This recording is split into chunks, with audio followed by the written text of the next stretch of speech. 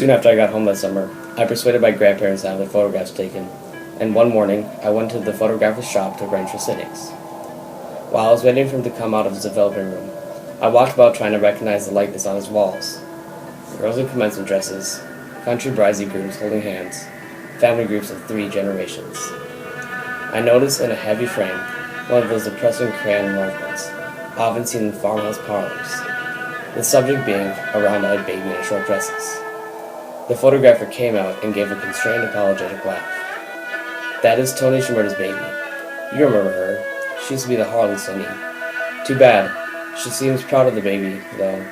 Wouldn't hear the cheap frame for the picture. I expect her brother would be in it for Saturday." I went away feeling that I must see Antonia again.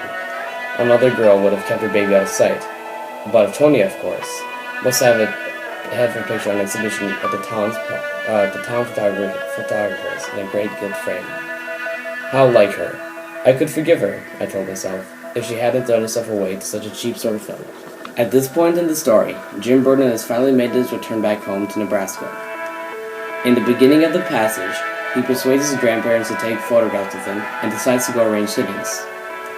When he enters the photographer's shop, he begins to look around. We immediately see Burden's unfamiliarity with his hometown, not recognizing any of the girls, married couples, or even any of the established families he has lived with for most of his childhood. Catherine brilliantly introduces gloomy diction to aid that unfamiliarity with words such as depressing and cheap to describe the frames and paintings that surrounds him. When the photographer enters and breaks the news of Tony's baby to Jim, he lets out a constrained, apologetic laugh and tries to cheer Burden up by deeming Antonia's baby as only worthy of a cheap frame. Jim closes his passage up, showing his disappointment in himself and Antonia. This photo shows a crayon enlargement of a baby.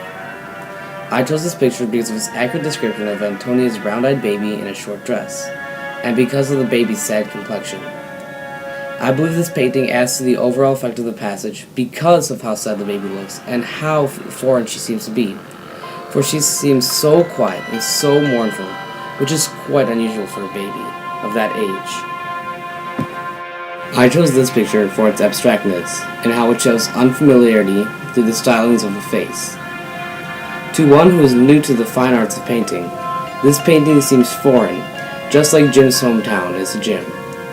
But after further examination, one can see the true beauty in this work of art, much like Burden does through his hometown. This next picture is that of a quote that reads, "A man is a man, and a woman is a woman. The present is the present. I am who I am, and you are who you are. Does it really matter, or do we just think it does?" I believe this adds to the passage, because it brings up a valid point. Is Jim really unfamiliar with his hometown? Or is he just so depressed and sad that Antonia has moved on from him that it messes with how he perceives the world around him? But once he does accept that fact that it all really doesn't matter in the end, he does finally find the home that he once loved, and is able to return to the comfort that it once provided him. Thanks for watching my presentation. I give image credits to Google and music credits to YouTube. Thank you.